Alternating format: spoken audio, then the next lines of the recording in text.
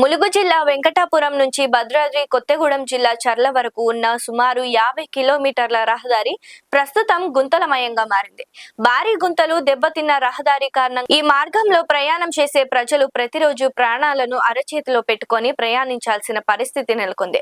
వర్షాల కారణంగా రహదారి మరింత దెబ్బతినడంతో వాహనదారులు తీవ్ర ఇబ్బందులు ఎదుర్కొంటున్నారు. ఒకప్పుడు గంటన్నరలో పూర్తయ్యే వెంకటాపురం నుంచి చర్ల ప్రయాణం ప్రస్తుతం 3 గంటల వరకు పడుతోందని స్థానికులు వాపోతున్నారు. రహదారిపై వరుసగా ఏర్పడిన గుంతలను తప్పించుకునే ప్రయత్నంలో ద్విచక్ర వాహనదారులు ప్రమాదాలను గురవుతున్నారు.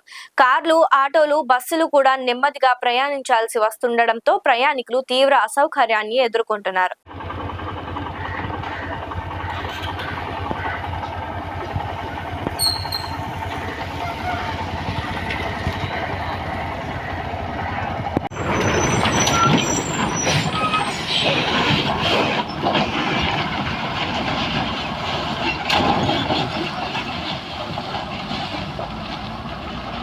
నమస్తే, నేను మీ వినోద్, పీపుల్ మీడియా పాయింట్ నుంచి.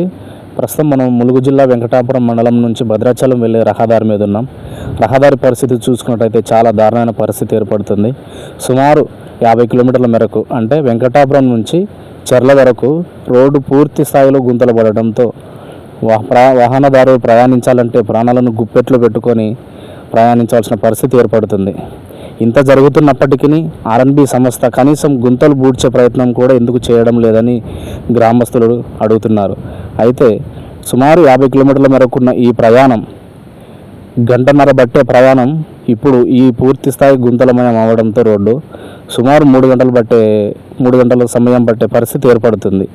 కాబట్టి ఆర్ఎన్బి సంస్థ ఇకనైనా ఈ రోడ్ల మరమ్మతులకు శ్రీకారం చుట్టి రోడ్ల మరమ్మతులు పూర్తి చేయాలని గ్రామస్తులు, వాహనదారులు కోరుకుంటున్నారు.